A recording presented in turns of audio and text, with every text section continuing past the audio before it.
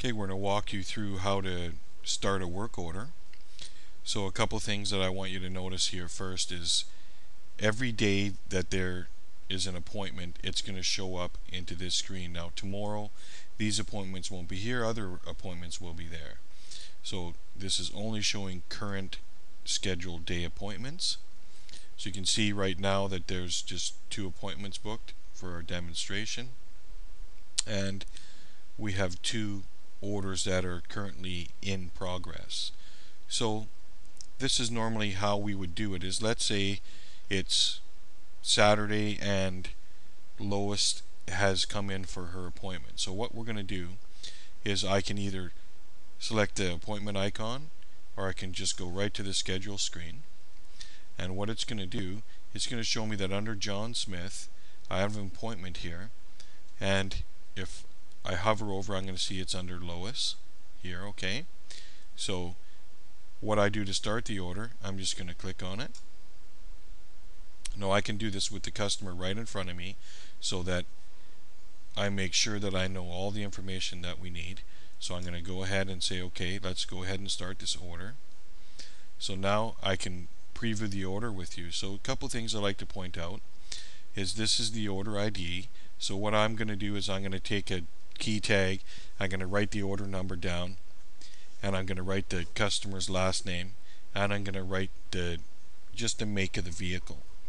And that's going to help my technician out when he knows what order number, and he knows the customer, and he knows what vehicle. And I'll tell you why that's really important in a second. So as I'm here with the customer, next thing I'm going to do is I'm going to get some limited vehicle information. Now this is really important because afterwards my technician can actually update that for me, so that we'll have the full VIN number and everything. So you can choose how you want to do it, but I'll just show you how we do it. So I'm going to go ahead and select a year. Oh, sorry, I meant to pick an Acura, and then we're going to say 3.2. Just do something real quick here. Now this VIN number field is mandatory, so if I don't know the VIN number, I'm just going to select a 1, and I'm going to select save. That data is going to be saved. Now another thing that you need to know here is if I were to hover over it, you see where it says here is add the vehicle to the order. Now the reason why we have that is because I could have 30 or 40 vehicles or more here, and I need to find which one I want to put on the order. Now I can search. If there were other vehicles that this customer has, they would be here, or I could search similar to like a Google search would happen, and I would press search and it would find that vehicle. Once I found the vehicle, I simply add it to the order. It automatically updates the work order with that limited vehicle information. So now that I've done this step, let me go to the main page and I'll show you what's taken place here. So what's happened now, as you can notice, is you remember that we had this appointment, and now it's become work in progress. So when our technician goes to the order, he's going to see that he's got an appointment from 11 till 1, okay? And this is the order number. So when he looks at his schedule, he's going to physically see just his appointments. So just to show you what that looks like, he's going to look at his schedule. Let's say it's John Smith. It's only going to show his appointments. It's not going to show any of this technician's appointments, only his. And then he can see what time visually that appointment is there for. Now he can either click on the order to view it there, or a lot of times our technicians find it really fast. When they're on the main page anyway, they can simply clock into the order right here, and I'll show you.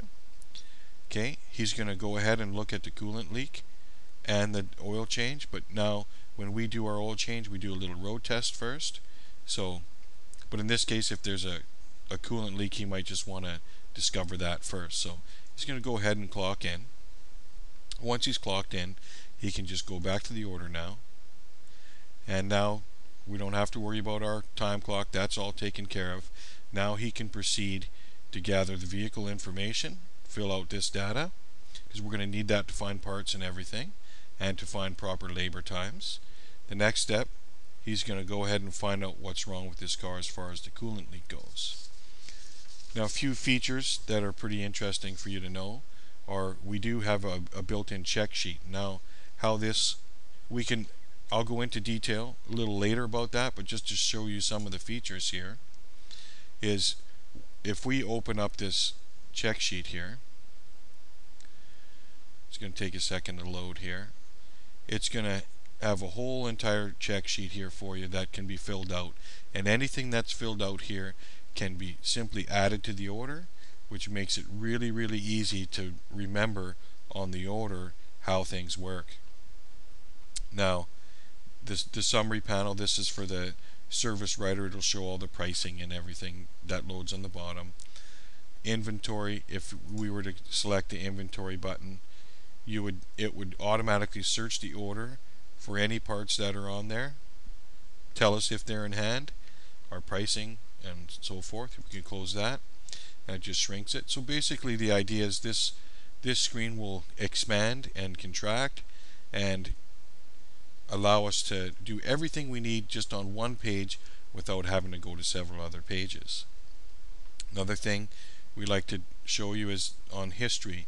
Now, if there is vehicle history, we just select the button rather, and if there is any vehicle information on the history, it would show up here. There'd be an icon to transfer it. There'd be a previous check sheet to look at.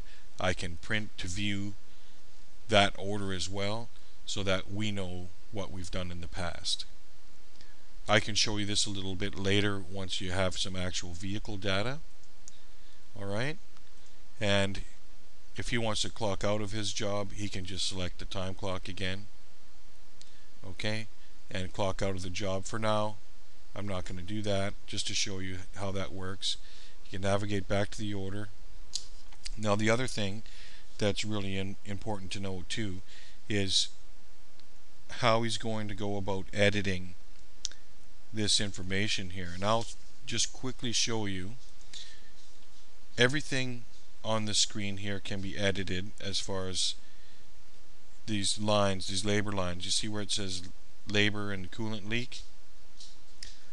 If I were to select edit, I can simply type in coolant leak needs water pump, and the technician can type the time. And let's say just for demonstration purposes, it's going to be 1.8 hours, okay? Now, that's going to automatically update, okay, according to my labor rate. And then the next thing, if there's a part that's needed, of course this is going to be a water pump and it's going to be coolant, but to be fast and not have to go through catalogs, I'm just going to show you. If I were to go to the complaints panel, and I'll just show you here how it says number 1 is the sequence. This is the first task. We're going to leave it at the first task, and the employee here, we're going to make sure it says John Smith. Now, if it's a technician doing this, it's going to stay his name the whole time. The part, we're going to select the part here, and he's going to type in the part number. Okay, and this is our part number for coolant. He's going to search and find out there's the antifreeze, and then he's going to type in how many liters, and we're going to say 8 liters, and we're going to press save. And that's basically how you're going to add any parts into the system. I can press cancel to close that. Okay, so basically this is how you do it. There is another segment that goes into a lot of detail about how to add parts, how to use catalogs, and how to do all that, but at least some of the basic features I wanted to show you so you can get started right away is to know how to clock into a job, know how to clock out, know how to edit a labor line so you can make sure that you're updating it to put what you need on there. I showed you a little bit about the parts, and then we can deal with the little bit of rest later, going into more detail. But another one thing for the technician I'd like to show you too is on the preview. We can always preview the order, and it's going to show you how it looks as though the customer is going to see it.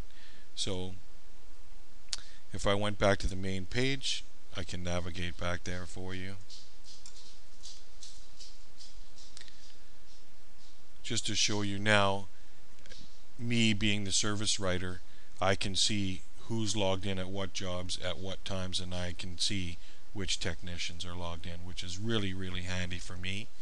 And the technician will instantly know what jobs are there, and he doesn't have to come and bother me when I'm with a customer, when he knows exactly what job he has to do and what job is next.